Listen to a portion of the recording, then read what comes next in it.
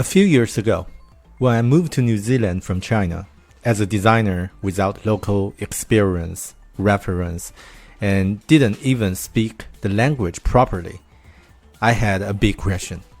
How can I start? I think it's not only my question, but probably the key question for all the people who would like to work in somewhere else from his or her home country. Yeah, how can I start? Because I've been experienced this struggle, I was really impressed when I know Michel Ferreira's story. Started from Brazil, Michel extended his design career to an international level. He previously worked at Shopify in Canada and Booking.com in Netherlands, and currently he's working in Sydney as a design manager at Atlassian. Worked in 4 different countries, 3 continents from scratch. Wow! How did he start? With the curiosity in my mind, I invited Michel for this podcast interview. And the result? Boom! I got this mind-blowing conversation. Let's jump into it. Wait, what do you mean by the title? What about his 4 other hidden roles? Stay to the last. You'll get it then. Since last time we talked, how's things going? Like everything, everything's been good. How's life and work at your side and COVID and all the things. So you are well aware, of course, that I'm in Australia, so the COVID here has been similar to there in New Zealand. Yeah, where it's a little bit under control. When something happens, we have lockdowns in the right cities. It's usually 1 to 5 cases, not 4,000 cases. So it's not that scary anymore, right? Because it's a little under control. Yeah. Since the last we talked, also I fully transitioned to a manager role. So I went. Wow! Congratulations. Completely. Thank you. Yeah, so before I was a senior product designer in the Jira Shared Experiences team, and now I'm the design manager on that team, looking at the whole area of Jira findability and efficiency. So it's pretty interesting, and it's pretty new, so there's a lot to learn, but I love challenges and I love learning, so I thought that, this was a good opportunity for that. Right, yeah, we're definitely going to talk about some insights you find during this, like the transition from a designer role to a manager role. What's the difference? For sure. And what's the mindsets? And like mentioned last time, we talked about how you start from Brazil and then went to Canada, Netherlands, US, and finally arrived at Australia. So that's really like a lot of my friends and other designers, they leave the comment like, how did he do that? Like, so probably we can start with this question. Like, how did you do that? Like, that's a great question. Yeah, from the beginning, right? Cool. Yeah. So you want me to go all the way back to the beginning, or mostly on the how did I do that? How did I go and work in the US and then work in the Netherlands and then in Canada? Just as you prefer, like anything, like maybe highlights or anything you prefer to say. Yep.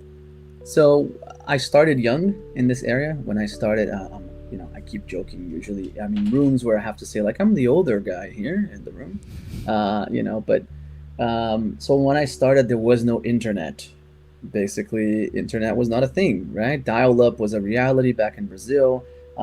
There was the role that I would look for as a role back then, if I wanted to work for design or for web, would be the webmaster role. That's what people called, whoever worked on the internet. There was no UX designer, product designer, service designer, web manager underneath. Like, it was just the webmaster. And so for a long time, I learned by myself. There was no college for this. Again, back in the day, back in Brazil, none of that was available. No boot camp to get me started. So I got started by visiting other websites, trying to read their HTML and their CSS, trying to learn that myself. So I'm basically self-taught. In the beginning, that was it. I studied marketing and advertising, which I actually think helped in the end, because it taught me a lot about communication skills, some of the soft skills that are interesting for the design side. I also think that some of the understanding of statistics and sales and audiences and how to deal with audiences really connected with that design side afterwards. So I think it was a good choice in that sense.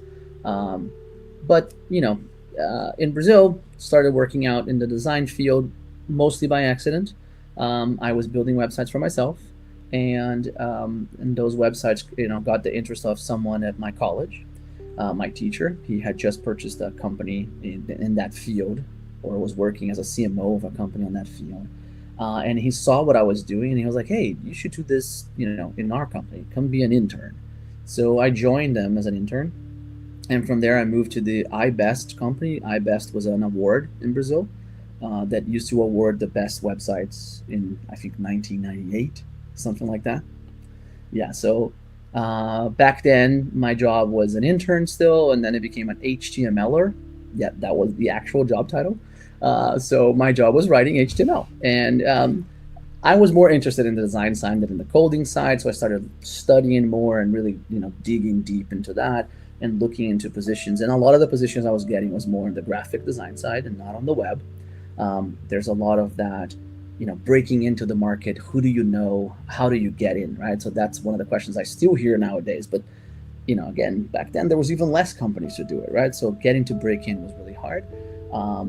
So it took me a while. It took me, I think, around 10 years in Brazil of working on this until I noticed that my resume was getting picked up, because I've always liked speaking English and writing in English. So I wrote my resume in Portuguese and English. And my website and my resume was getting picked up by companies in the US. And that started getting my attention, because I was like, well, if I want to work for a startup or any company that actually makes the internet, that's how I saw it back in the day, right? These companies make the internet. It was Yahoo, it was Google just beginning, Microsoft, AOL, all these companies were making the internet at that point. And my goal was to work for one of them, to be making the internet. So my resume started getting noticed. I started applying to these companies, and I was invited to do an interview with Yahoo. But unfortunately, back in the day, that wasn't a possibility. I was in Brazil, and Yahoo had a situation where Microsoft was trying to buy them, so they couldn't do the interview. They basically had to cancel the interview. Although I had the interview scheduled already, and I still have like a sheet that says everyone that would interview me in the day. Wow. It was 8 interviews in a row. The last one is an 8-person panel, and I still remember that I never got the chance to do it, but that was the interview I was going for. Anyway, fast forward a little bit, I actually get an offer from an agency to work there. I worked with them as a contractor for a long time, and I wanted to, again, find a big company. I was working in an agency, so it still wasn't the company that I was talking about before, right? That company that really builds the internet, that's really doing a product that millions of people consume. And that breakthrough came with Booking.com. So after a long period with the agency, I saw an opportunity to apply for Booking. They were interviewing UX designers. However, for you to interview for Booking, you had to know HTML and CSS, which luckily enough, I started from that. I started coding, since the beginning. So did the test. It was a phone call with 2 designers, and then they fly you over to the Netherlands. So I actually got to go to Amsterdam and do the interview there in person, which is similar to the one from Yahoo, right? So it's like a panel again. You have 2 interviewers doing 1 hour, then another set of 2 interviews doing an hour, and then you have like a final interview. It's kind of like a video game. You get to the final boss. That's the chance. It's usually the hiring manager at that stage, and then it's when they decide if they want to offer you the position. I left the Netherlands already knowing that they offered me the job. So I went on the flight home already thinking, when I get home, I have to start planning to go live in the Netherlands. And that was the experience. I can pause there or keep talking. Right. Wow. That's. I think that's. I just can't imagine like what's the dramatic feeling at that stage. Like, first you jump like your CV picked up by US companies, and then boom, you got the opportunity to work in some UX companies. So I guess there are a lot of things happen during this stage, and but yeah, at this stage, I just want to make it really simple and clear for our audience. Like, what is the first motivation? Did you remember? Like you decide that I can go outside, I can go to another country to work, and you feel Yes. that I'm confident to do that. Yeah. Do you So remember those experience? Yeah. yes, it's funny because the confidence side is one that people ask me a lot, and I think it's the opposite. I never thought I couldn't do it, I guess. Mm. Um, that was always on. I just believe, it's hard because I do feel imposter syndrome when I'm in a role.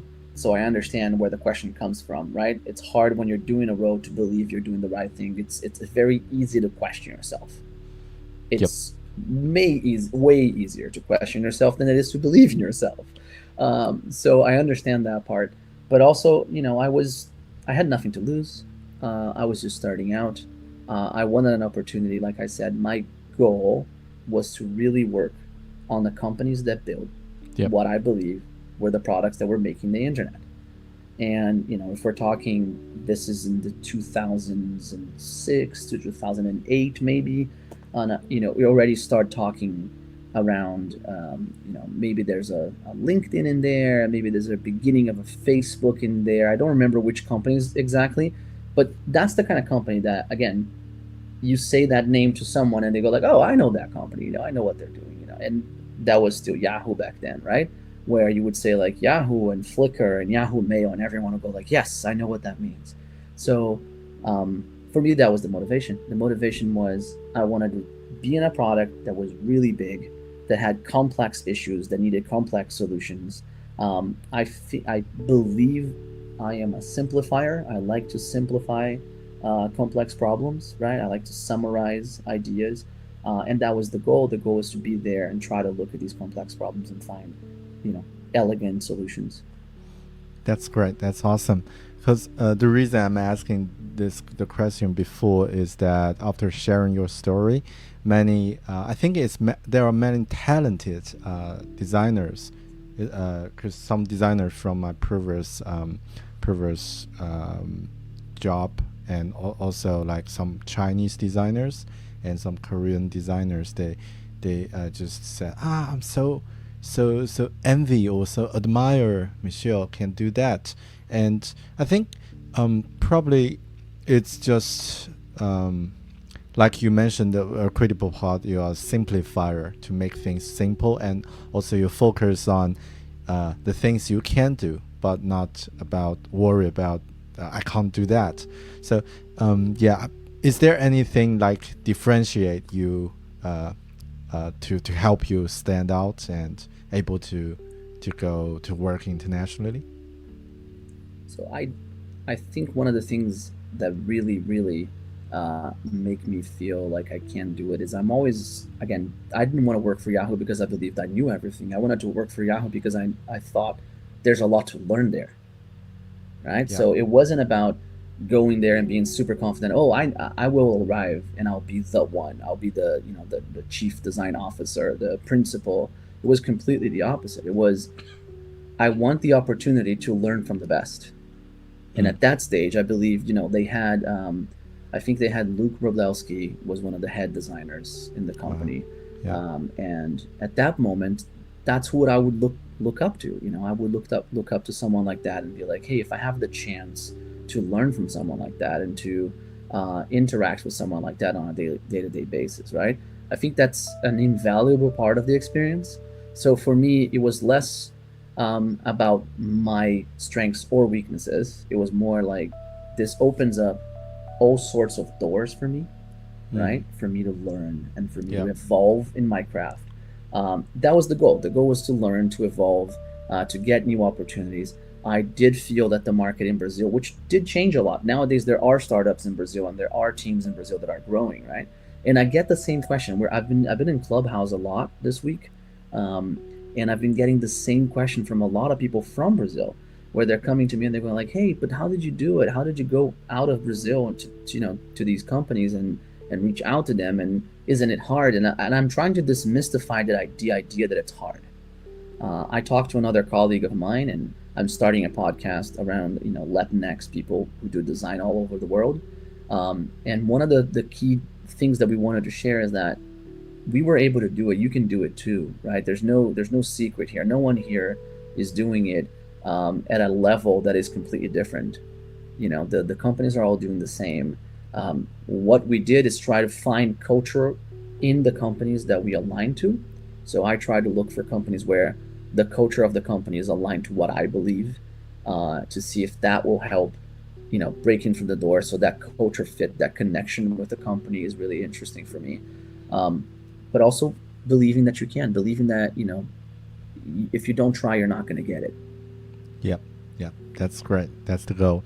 I think, yeah, that's really helped me to understand and help the people who's listening to understand the mindset, and also like the limitation from ourselves. Sometimes just the biggest barrier for us to go to aim high. Like at the early stage of your career, you just put Yahoo on your list, and it's sometimes it was scary or just too just afraid to put those names. Like, are people gonna laugh at us, or is it like unrealistic for me? Like, I'm just a average designer. Some people might think things like that, and I think, yeah, that's what I've got from your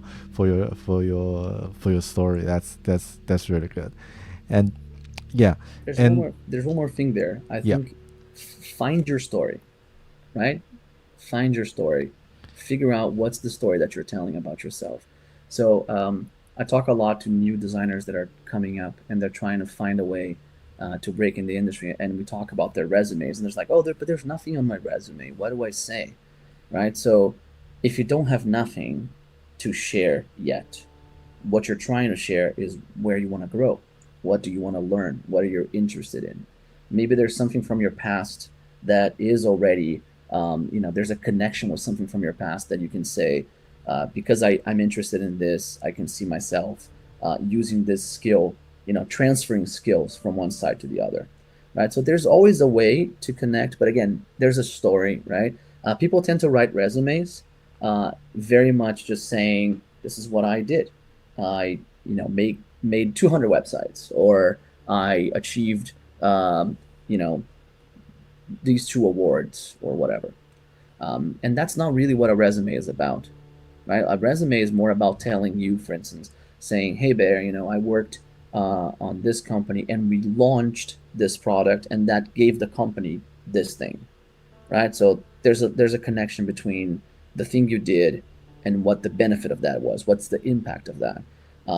And what I tell the new people is, if there is no impact yet, the impact is, what do you learn? What did you learn from trying to redesign an app, for instance, right? So let's say you're one of those designers that likes looking at Spotify or Clubhouse and going like, I'm going to do a redesign of this. If you put that in your portfolio, you're not really saying, oh, I designed Clubhouse. But you could tell a story there, which is, while doing this, it made me think of A and B and C, and I learned all these things. And that's a story. As a hiring manager, I can read that and understand how you think and what you're trying to bring to the table. And I think that that's what's important. yep. And feels like you need to show them that the story of how you slay a dragon, like before and after, how you cope with the challenge and solve the problem. Yeah, and I think, yeah, found the culture of the companies and get match and find your personal story. Yeah, this could be something that everyone can start to check if we're going to switch our career to design, or try to expand our career to another level. Yeah, that's great. And like you after you worked at booking.com, and then you moved to the next one is that you moved to Shopify. Shopify. Yeah. Could you Yeah. continue your story? Like, yeah. Yes, of course. Yeah, so I was at Booking.com for 4 years. Um, I did a lot of A/B testing. Booking.com is really focused on that side of the equation. So really trying to understand if the things that you are building and delivering are actually bringing any benefit, right? So it really made me think a lot about um, the products that I'm building and what are the impact that those products have. Um, so after that, and again, I shared that story a lot. I went to a lot of conferences. I talked to a lot of people, and because of that, I ended up connecting with a lot of people. So I had connected with Shopify folks back in the U.S. when I went for a conference, but it wasn't the back of my mind. I wasn't really thinking about Shopify. I was just starting to study possibilities after booking. I was looking to see if there was anything closer to home, closer to Brazil, and just interested in seeing what was out there. So I started investigating those ideas and looking for opportunities. And I saw that Shopify was looking for senior product designers. I reached out to them. Completely different interview process. Very interesting because it's focused a lot on your life story. So it's focused a lot on understanding how you think as a person. What do you bring? Again, what do you bring to the table is always there, right? They want to know your impact, but there's a lot of about your story and about your past and about the way you think. Yeah. So, I did the interview over the phone. Then I had to fly to Ottawa in Canada to do the interview. And I came back home. This one took a little longer. It's a longer process to move to Canada. So I think it took around 9 months for me to move there. We joke because it's basically, it's a kid, right? It took that long to Yeah. move. But it's something that the company doesn't have any control. So it wasn't really Shopify's choice. It was more like the way the country and moving works. Yeah. So I moved with my wife and two kids from the Netherlands to Canada, where we had our third kid. During the process. So, Or no? dude, no, in Canada, in Canada. Okay. So definitely an interesting change. Again, we also joked that we started going north more and more. So we went, to the U.S., where it's a little colder than Brazil, but not super. You go to the Netherlands, where it's again more, it's colder than where we were before. And then you go to Canada, where, oh my God, like you reached the top, right? There was nowhere colder. Yeah. But I also approached it with the same mindset, by the way. The mindset was Booking.com was a big, gigantic e-commerce company, right? Booking.com is about selling hotel rooms every day, millions of hotel rooms. And then I look at Shopify and what can I learn from that? Well, they're not the e-commerce, but they're not an Amazon, for instance. They're not really just selling the product, but they're building a product to allow you and me to do that. So I thought, there's another layer for me to learn here, right? There's the layer of this product that allows people to do, a bigger thing, kind of like Booking, kind of like an Amazon, but on their own. And for me, that was what really pulled me in and really showed me like, hey, there's a lot to learn here. This is a whole new set of issues for you to understand. Yeah. I find it's quite interesting because you mentioned learning as a very important perspective when you consider a new role or a new opportunity. And because the reason we know each other is also like you are the mentor. I'm also the mentor for an online bootcamp. So I think is this something that you feel really important for not only for designers but also like how do you think like learning take part in our Yep. self growth or and in our life generally? For sure. I joke that I talk to think, and I explore things to learn. So when I'm in a That's new great. when I I'm love looking at this a new one. position, right? When I'm looking at something like that, I'm definitely looking at something to learn. I've been connected to the idea of sharing and learning since the beginning Mm, of my career. I actually taught back in Brazil. mm, It was one of my jobs back in Brazil was teaching HTML, CSS, design, Photoshop to people, back in Brazil. So I've always been connected to that side of it. Um, but of course, with time and with moving countries and all of that, those kind of go away. You just deal with the role that you're in. But in my roles, I've always looked for opportunities to, again, learn from one side and mentor from the other side, right? So being, this sharing with people, hiring junior designers, for instance, at Booking. We didn't even have a junior designer role at Booking, but we, after a while, ended up making one because we were very interested in hiring a person yep. that applied, and seeing that person grow and be like an amazing designer is one of the experiences that I'm very proud of. But I don't think I would apply to a job where I'm thinking like, oh, I know everything in this area. This is it doesn't make me feel like there's growth potential for me, Mm, right? So it's a little bit of that learner's mindset and the growth potential mindset, of trying to understand which areas should I be improving myself on. Always thinking of the T-shaped designer, right? yep. So can I Mm, grow my T? Can I make it even wider? Can I learn more areas? So, like I said, from Booking, I was knee deep in A/B testing and thinking about the end side of the funnel, right? And thinking about the conversion and the e-commerce side. mm-hmm. And then if you move that to a Shopify, you're talking about building the product that's going to help people do that. So how do I connect you now to that customer and allow them to do that themselves? And the mindset is completely different. So I think again, that's what really attracts me is learning these new mindsets, finding new ways to do these things. Um, there's a quick anecdote in there. You probably heard this before, but the person that does sushi, I think, if you're Mm, gonna learn to be a zero, sushi is it? chef, Yeah. I Is it? think it's the Itame. Uh, Might be Probably. saying it wrong, but Yeah. the sushi chef, right? So the sushi chef, they have to study rice for a very long time, Yeah. right? And the reason for that is there's a lot to master. There's a whole lot to master on just rice, right?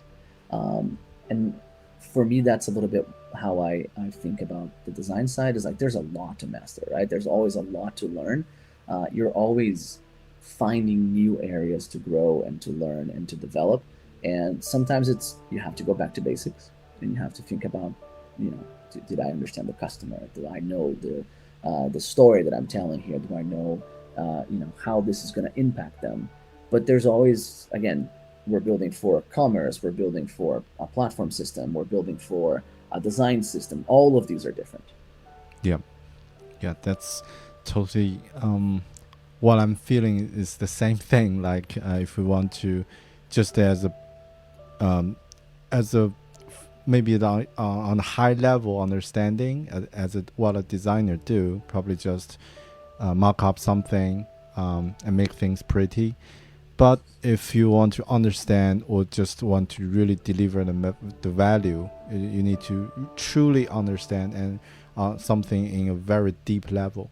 I think probably that's the reason you, like from bookings.com, you not just go to like the other totally opposite industry, like maybe not e-commerce but something else, but you go to the same still as a larger scope of e-commerce, but still like focus on a different perspective. So from that you can learn and grow, and in a larger um, scope. Is that something you try to For do sure. that at that time? Yeah. Yes, and we go back to that thing of knowing from your past experience what will you add to the future experience, right? So I already understood the e-commerce side of it, right, Mm, and the selling side of it, and the fact that you need to work in this dramatic way that you could have thousands or millions of sales a day, right?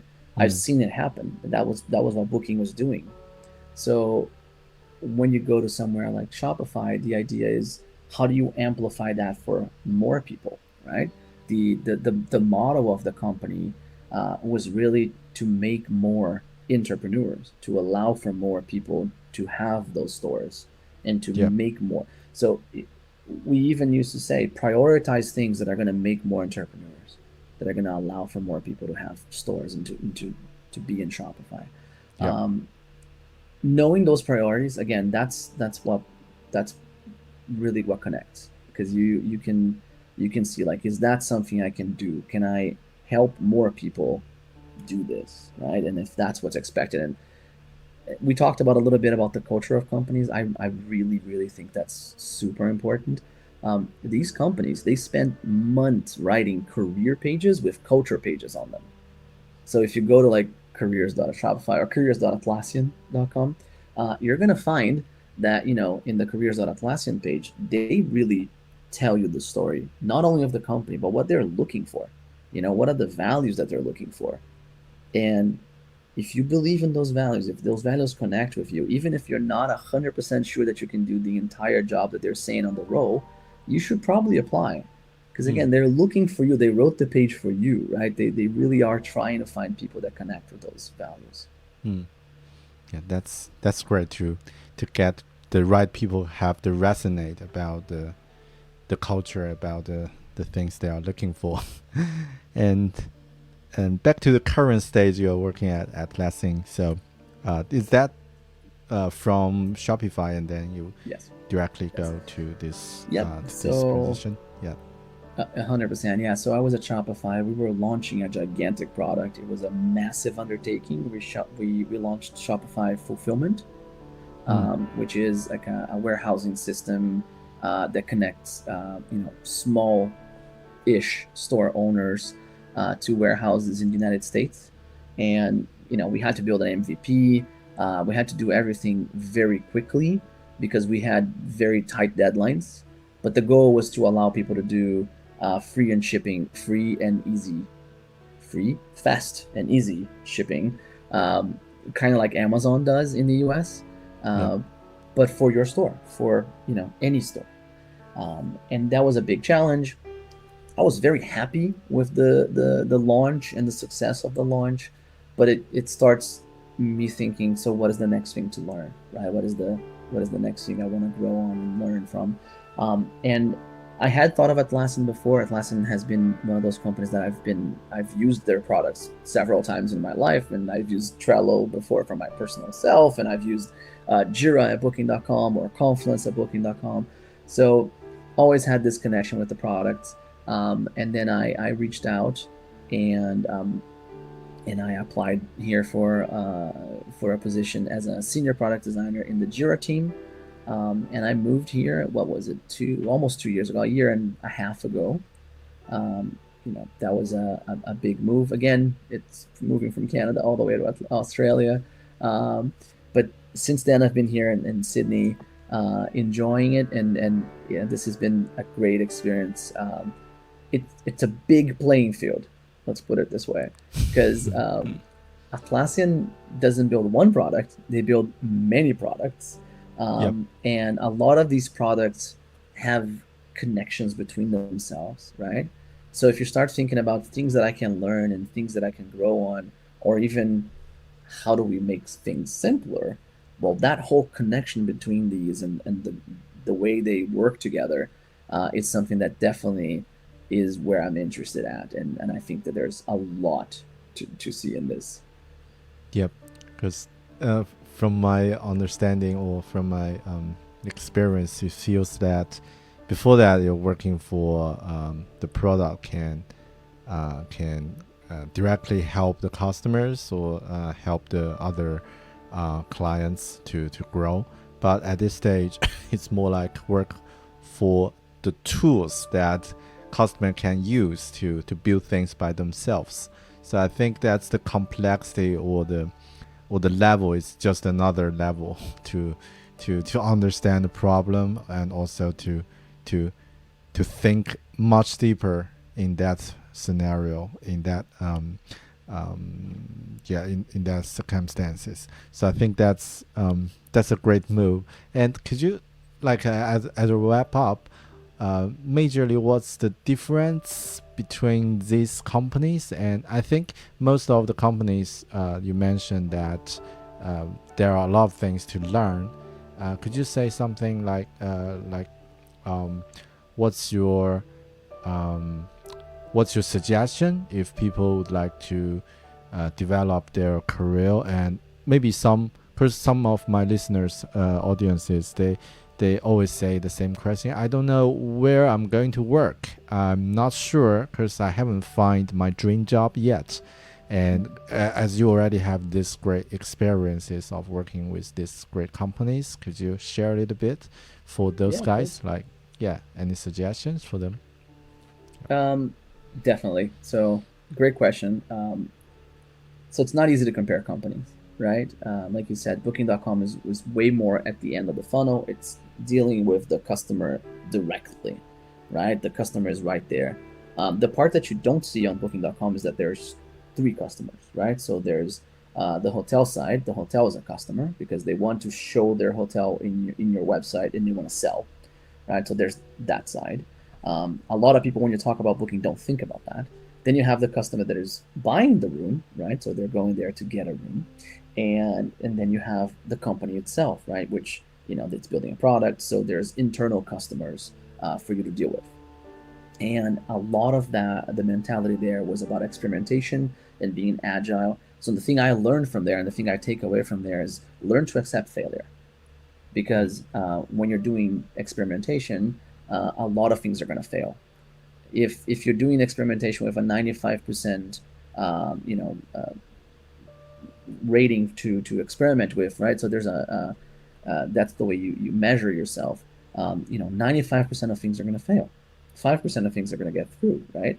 And that's expected. So you really learn to fail, but to take the learnings from that failure, to always be thinking about the learnings.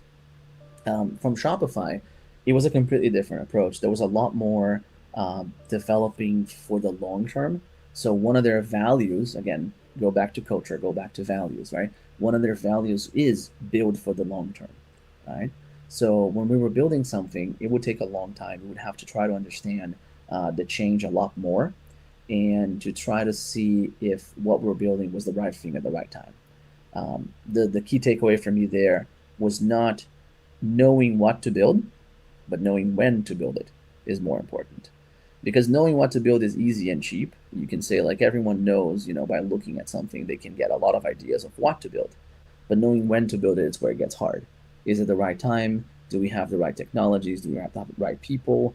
Is it going to be accepted by the market and all of that? And you take that again. You always take that experience with you for the next one. So when I came to Atlassian, I kind of wanted something that wasn't completely on the experimentation that is just doing one thing always. But I also wanted a little bit more connected to the customers, I guess, or feeling more connected to the customers. And so with Atlassian, what I noticed is um, there's a lot of thinking about the long term future. So we understand that. We think about the long term. We think about the products that we're going to build. We interview users about that. We discuss about that a lot. But we're also building a product of today, right? And there are new features coming. There's new improvements coming all the time. So it's trying to find a balance between what impact can you deliver today and what are you going to build for the future, and how you organize in a way. Again, it comes from that when story that I was telling about before on Shopify, like knowing what to build when. So here, knowing what to build when, but then organizing that in a way that you see that progression and you see that impact growing, right? Because you see that I'm building stuff today. I'm also planning for the future things that might be bigger, but how those pile up together to get there is really what I've learned here. Wow, that's awesome. Because I'm not only learned what you've learned, and also I'm learning from how accurate you express the findings from your previous experience. And it feels that not every designers can able to describe or just to deliver the message in a very precisely way. I'm not saying that it's not a compromise, but I'm just in feel yeah, that's my feeling after you describe it. Like step one at booking.com, what you've learned and why and how did you learn that. Show some facts and takeaway, and also Shopify and Atlassian. So it makes me feel like wonder, because I also saw your LinkedIn profile page. It's design manager and also public speaker and writer. I think, is this something you think really necessary? What do you think about this? What sometimes people will call soft skill, like presentation, communication, speak and write, to help us as a designer to grow, or does it? How important it is? Just want to hear what your thoughts on this. That's a great question. Well, I think I treat it as a design problem, and that's why I want to have an answer in the end. I want to have the simplified version of what I understood from each of the companies, right? So coming out with this idea that is simple enough that you can share, I think is important, and knowing how to bring that. But I also like believe design is storytelling, right? Design is finding a way to communicate intent, and knowing how to communicate that is really important. I've always liked sharing stories and telling stories, so I do believe that is a key part of design for me. But I don't expect everyone to like the same things in design that I do, right? We have people that are extremely analytical, and are good at looking at complex graphs and systems, and drawing those out in a completely different way, right? And understanding workflows and understanding automation and understanding AI. That might not be the area where my strength lies. Maybe I'm not. I haven't had experience with AI, for instance, on the design side. I haven't had to deal too much with it. So, but then you focus on your own strengths, and use those into your benefit. So I believe my strengths lie in finding the core of something, finding the way to communicate that something back to a wider audience. So to your question, I've always liked the writing and the public speaking. I also think that it does make you a better designer to be sharing the things. I learn a lot when I share. I learn a lot when I talk to people, and when I discuss the ideas. Because even if you don't agree, and you have other thoughts, you're going to challenge me with your thoughts, and I'm going to learn from that, right? I'm going to be able to see like what you think, why your argument is valid, how does it combine with my mindset. Be open to change. Be open to change opinion, right? I'm always open to hear that maybe some other person's experience is completely different, and they don't believe this is the way to do things. I've again had lots of discussions around that on Clubhouse lately, where people are saying, I've done it this way. This is how we believe it's agile, or my way or the highway. Yeah. Agile or the highway. So it has to be fast and iterative, and you have to launch things every 5 minutes. The key there for me is that I think there's space for all of it. Yeah. And in finding your space depends on what you believe, having a point of view, knowing how to share that point of view, and learning from other points of view. The key for me, again, for the key takeaway, if I needed to say anything to all your listeners, would be the best part of being involved in all these companies was that I got to share design work and product work with amazing people from all over the world. So, in booking, for instance, my team was like a Russian, a German, an Indian, a team lead from China, a developer from Brazil, everyone from everywhere. And that makes me think like you're going to bring your past, your culture, and you're going to challenge things in a way that I haven't thought about, right? And that is a great place for me. If I'm going somewhere to learn something, that's what I want. I want people with diverse cultures, diverse thoughts, diverse backgrounds, that when we put them all together, they can see the gaps that I can't see in a product. Because you're the designer, you're not responsible for seeing everything. You can't see everything. You can't make yourself someone else. You have to be the eye of the user and try to understand the user. But for you to have someone in your team that already has that mindset also, and to have that diversity in the team, it already helps you in the discussions with your team to challenge that and to make a product even better. That's great. Thanks. That's awesome. I think we might have a lot of personal takeaways from what you share. So, Chris, I don't want to take too much of your time. I only got 2 questions, majorly related to speaking, once you already mentioned, and also about teaching. So, speaking of the speaking, I know from my personal perspective, it's really helpful for designers. I agree with you. As one of the barriers, like both you and I are using English as a second language, and a lot of talented designers, I think they would like to explore the different opportunities, and language become a barrier for them to express or to communicate.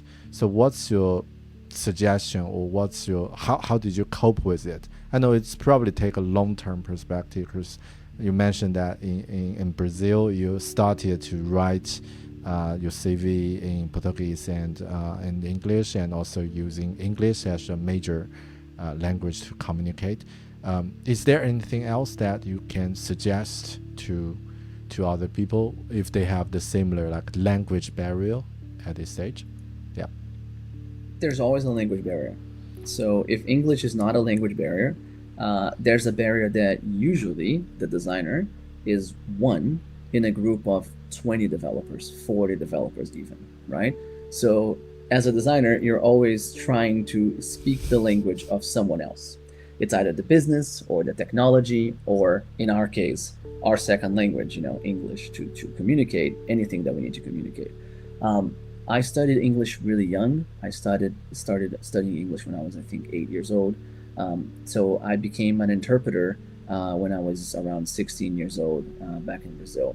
And I was translating live in events with some other people. So the reality is I never had that in my mind. I never had that question.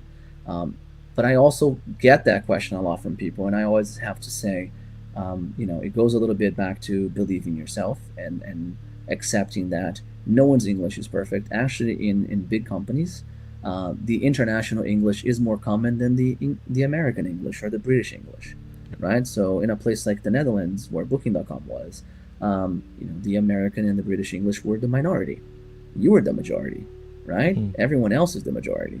So knowing that, accepting that other people do it every day is a key learning for me. I've always was interested in it. I always believed that I should invest in it. So there's a little bit of that too, where you're focusing on what can I do to get better every day? How can I improve, right? So if it is, go talk to other people in English, even if it is from your own culture, from your own background. I'm sharing this, like I said, I'm doing the Latinxes Who Design podcast, where I'm talking to people from Brazil or from any other Latin America country, and we're speaking to each other in English. And the goal is not to be speaking to each other in English. I could have interviewed the person in Portuguese, but the goal is I want that story to be shared with more people. So we have to force ourselves to do it in English and to be sharing with the wider audience, right? But it is finding ways to do that. If it is via Clubhouse or YouTube or watching videos on YouTube and then trying to replicate them, there's always ways for you to put yourself out there. Be vulnerable about it. It's fine. You don't have to think your English is the best or perfect or whatnot. Like I said, imposter syndrome is real. I deal with it sometimes when I'm speaking English and a word disappears and I'm like, oh my God, where's that word? I wanted to say something and I can't find the right word to say it. It happens a lot, right? It happens a lot. find ways to get through that, right? The knowing that that's going to come, you should prepare yourself to, how do I move past that? What is the next thing I can do to feel comfortable about sharing in English? Um, Again, anything you can do to get started. It can be small. It can be record yourself in an application and hear yourself speaking English, so you're comfortable hearing how you sound. And then small little things to, go to Clubhouse, join a group that has other people that want to share in English, but again, do not have English as their primary language. There's a lot there that we can do for each other in this area, and I'm there too. You can always poke me and say like, "Hey, I heard you were an English as a second language speaker. Maybe we can chat." I'm down for that. Yeah, that's great. I really like what you share. Like, if you're working the a company or in an environment that with different people from all everywhere, that will really like improve your confidence. Because personally, I have that exactly the same experience. Like my first job here in New Zealand is a small company. Most of them are Kiwis, and the language they are talking is typically the Kiwi style. So sometimes when I say something they don't understand, or they say something I don't understand, I start to think, is this my problem? And probably my accent or something is wrong. And then when I get my second job and my current job, it's with different people like from Indian, Korean, and Japan. I think yeah, everyone is able to understand each other in large companies, because it's like broaden our understanding level, and to get used to different accent or different background, different communications. I shared this anecdote the other day with some Brazilians that I was talking on Clubhouse, and they wanted to understand exactly that. And I shared that, at Booking, we had a colleague that was from Scotland, and he was really sad. He almost left the company because he thought that no one liked him. And then after I think 3 or 4 months, he realized that his English, he spoke so fast and with such an accent that a lot of people couldn't understand him. So instead of like, again, he's a English as a first language person, but because he was a fast speaker, had an accent, some people couldn't understand it. I think there's something there, for us to create the confidence to be like, if someone didn't understand, they're gonna ask what you mean. They know that you're there for a reason, right? You're there because there's something that you can share of value. Try to communicate in whatever way you can. Yep. Yeah, that's a great example. Thanks. Um, yeah, my last question around teaching, um, it's that I found you, Chris, like I mentioned, we know each other by Hmm. both as the mentors from Career Foundry in UX boot camp, and uh, last time I think I asked you the same question, similar question, like why did you start to do that as you are already that busy with 3 kids and a full-time job as a design manager, but still try to do something. I'm sure that's not about money, but what's the motivation for that? Yeah. I, I've mentioned before, right? So the more you share, I think the more you learn. I think different people learn in different ways. I think some people learn by sitting and reading and really discussing something very deeply. Some people like, more schematics and drawing things to themselves. Um, I think talking, saying things out loud, sharing things makes me ponder them and challenge my own self to learn the things that I'm sharing. So when that opportunity came, they wanted someone, to help young people that are starting out, right, and to help guide them towards a career. And it's the same thing as a little bit aligned to the idea of becoming a design manager, where you're trying to grow, people into designers that have more experience. So it's taking my past experiences and passing those on, so you don't have to do the same things I had to do. And again, if I can illuminate something for someone that's starting, I can see that being very interesting. But what really attracts me then is it's never a one-way street. You're never just sharing. You're talking to someone. So when you're talking to someone, you share a story, and they might have another question, and they might have another question, and then sometimes, like you said, when you get to you're telling your story and you find like, oh, this is very simple. There's a simple way to say it now. Well, it's not because I said it once. It's probably because I said it lots of times, and the more I say it, the more I see it iterating itself. Like I learn from it. I hear the questions. I see where the questions are guiding me, and that's what I like about it. I think it's that connection with, sharing and learning and having it back and forth, and creating these connections with people. That's what. Yep.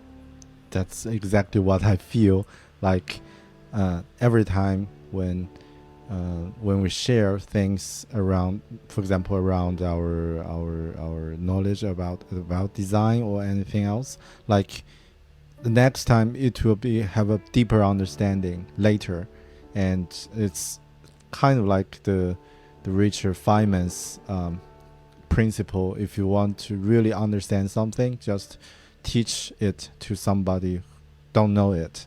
So after that, you will know it for sure. So I think, this is what I also find. It's not just about sharing back, but also you can have a benefit for yourself as well. So it's like a win-win situation. But sometimes it's really need to take a step back, and then can realize this is a long-term benefit, not just a short-term. Yep. Yeah. Thanks, Michel. I think that's a really great, a lot of great story you shared, and quite insightful. I really appreciate your time. And at last, is there anything you would like to mention, or something you would like to share or comment? Anything else? No, I really appreciate the time. Definitely, if you are interested in working with Atlassian, you can reach out. You can come, look for our careers page, careers.atlassian.com. And very soon, like I said, we're launching the Latinxes Who Design podcast, interviewing some people in that community, people from Latin America, Brazil, telling these stories and sharing the stories of how they started, how they got to where they are. So be on the lookout. If you're interested, go follow on Spotify and all the other places. But in any case, if you're interested in anything I said too, you can always ping me, DM me, Twitter, LinkedIn, Instagram, wherever. Yeah. Later I will share all this contact info on this the show note of this podcast. Yeah. Thank you guys for listening, and thank you for your time. Yeah, Michel. No problem. Yeah. Have a good one. Yeah. Thank you. Right. So probably I'll just maybe next week or the week after next, I will just finish all the editing and get you updated when it's launched. So yeah, thanks very much, and congratulations again for your new role, like as a design manager. And I believe that it must be quite like busy, challenging, but also a lot of things to learn, as you mentioned. Yeah. 100%. It's been super busy. It's been super challenging, but again, such a good opportunity to learn so many new things. Yeah. So I'm super keen in seeing where it takes me. So many questions still, so many things to be because it is not only it's new, but it's also big. It's also a lot of stuff, right? So learning this whole new skill set, right, and growing your skills is always very interesting. Right. Okay. Thanks. That's a great chat, Michel. Yeah. Talk to you soon. Thank you. Have a great afternoon, right? It's afternoon. Yep, afternoon. Yeah. Right. Yeah, have a great afternoon and evening. You too. Right. Cheers. Bye.